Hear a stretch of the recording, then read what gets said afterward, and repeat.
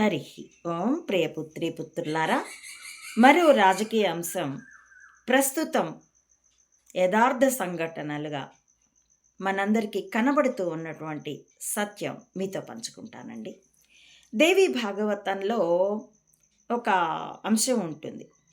మహిషాసురుడి మొన్నెవరో నాతో ఫోన్లో మాట్లాడుతూ చంబా మహిషాసురుడైతే ఆ పిచ్చికేకలు పీకే అంధకాసురుడు అన్నాడు. చాలా నవ్వు వచ్చింది. అదే అతడి అభిప్రాయం. నా అభిప్రాయం అయితే ఇంకా పదునైందేనండి. అందుకే చెప్పాను, సామాజిక అంశం పంచుకుంటానండి. దేవి భాగవతంలోని మహిషాసురుడి సైన్యంలో ప్రాబబ్లీ అతడి కొడుకేననుకుంటాను, నాకు బాగా జ్ఞాపకం లేదు. రక్తబీజుడు అని ఒక రాక్షసుడు ఉంటాడు. వాణ్ణి సంహరించడానికి అమ్మవారు కాళీ అవతారం ఎత్తుతుంది. పొడవాటి నాలుకని చాచి వాడిని తను యుద్ధం చేస్తూ వాడిని ఆయుధాలతో గాయపరిచినప్పుడల్లా నేలకు జారిన ప్రతి రక్తపు బొట్టు, అందుకే వాడిని రక్తబీజుడు అంటారు. వాడి శరీరం నుండి నేలకు చేరిన ప్రతి రక్తపు బొట్టు నుండి మరో రాక్షసుడు, రక్తబీజుడంతటి బలమైన వాడు, రక్తబీజుడే, మరో రక్తబీజుడు పుడతాడు. అది వాడికి ఉన్నటువంటి శక్తి. కాబట్టి కాళీ అవతారం ఎత్తి ఆ అమ్మ పొడవైన నాలుకతో వాడిని ఒకవైపు 10 చేతులతో యుద్ధం చేస్తూ వాడిని ఒకవైపు గాయపరిచి, వాడి గాయం నుండి రక్తం కారితే అది నేల జారకుండా తన నాలుకతో అద్దేసుకుంటూ మరోవైపు ఒక పాత్ర పట్టుకొని వాడి రక్తాన్ని పట్టుకుని తాగేస్తుంది. అంత క్రౌర్యం చూపిస్తే తప్ప ఆ రాక్షస వధ జరగదు. కాబట్టి నేల జారనియ్యదు. నేల మీద కూడా ఒక్కోసారి తన విస్తరించినటువంటి నాలుక మీద యుద్ధం జరిపి కూడాను నేల జారిన వాడి ప్రతి రక్తపు బొట్టుని తను తీసేస్తుంది. ఇదేంటి, మామూలు మానవ దేహానికి అనువర్తించి పవిత్ర దేహాన్ని ధర్మం కోసం ధరించిన దేహాన్ని మీరు కమ్మిల్లారా కామెంట్లు చేస్తే మీ విచక్షణ మీది, జవాబు కూడా చెప్పాం. ఎందుకంటే అర్థమయ్యే బుర్రలు మీకు లేవు గనుక. అలాంటి రక్తబీజులు ఈరోజు నారాయిస్టులుగా అవతరించారండి.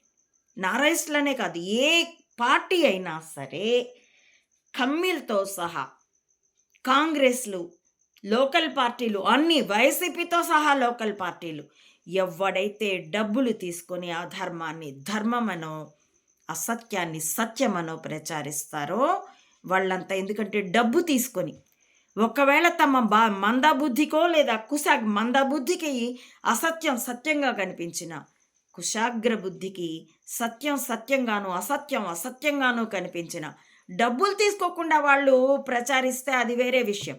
డబ్బు తీసుకుని అసత్యాన్ని సత్యంగా ప్రచారించే ప్రతి ఒక్కడు రక్తబీజుడే, నారాయిస్టే. అందుకే ఇది ఇప్పుడు చెప్పట్లేదండి నేను.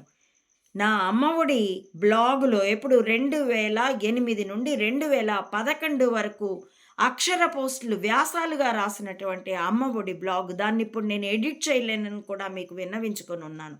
దానిలోనే అవకాశం దొరికితే ప్రతి ఒక్కరూ రామోజీలే. అప్పట్లో రామోజీ అనేదాన్ని, డ్రామోజీ అన్న నిక్నేమ్ అప్పటికి ఇంకా పెట్ల. అవకాశం దొరికితే ప్రతి ఒక్కడు రామోజీయే. ప్రజాబాహుల్యంలోకి లోతుగా విస్తరించినటువంటి అవినీతి అని అప్పుడే చెప్పాను. ఒక పెద్ద వ్యాసమే ఉదాహరణలతో ఇప్పుడే దాన్ని మీకు చిన్న వీడియోగా ఇస్తున్నాను. కాబట్టి కులం కారణంగానో, మతం కారణంగానో, రాజకీయం కారణంగానో, అభిమానాలన్న కారణంగానో కెరియర్ పొందుతూ లేదా లబ్ధి పొందుతూ అసత్యాన్ని సత్యంగా ప్రచారించే ప్రతి ఒక్కడు రక్తబీజులే. ఈ రక్తబీజులందరూ మూకొమ్మడిగా వధింపబడతారు. భౌతిక వధ నేను చెప్పట్లేదండి. ఏ డబ్బు కోసమైతే పక్కా అడ్డదారులు తొక్కారో, చివరికి పడక సంబంధాలు కూడా పెట్టుకొని వ్యాపారాలే చేస్తున్నారో, ఈ నారాయిస్టులందరికీ ఆ ఆర్థిక తాట ఒలవబడుతుంది. పాపర్లై రోడ్డు మీద నిలబెట్టబడతారు. తథ్యం ఛాలెంజ్ చేసి మరీ చెప్తున్నాను. దమ్ముంటే అడ్డుకోండి. మీ నాయకుడు చంబాకి చెప్పండి అడ్డుకోమ్మని. రామోజీ సీన్ ఇస్తే వెలిగిన ఈజినరీ, అతగాడికి అంత సీన్ లేదు. బుర్రలో ఉన్నది చంద్రగిరి మట్టి. సినిమా హాళ్ళ దగ్గర బ్లాక్ టికెట్లు అమ్ముకున్న మట్టి, 10th తప్పిన మట్టి. తానే చెప్పుకున్నాడు.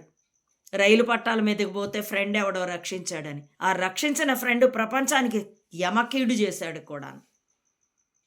అంతేలే, సమాజానికి కూడా దాని కర్మఫలం అది అనుభవించవలసి ఉంటే ఇలాగే ఉంటుంది.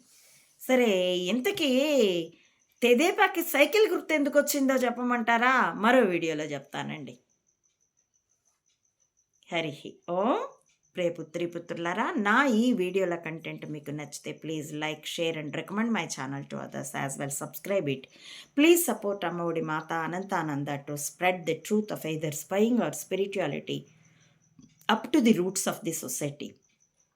As well, support me financially also to win the war with wisdom as weapon. www.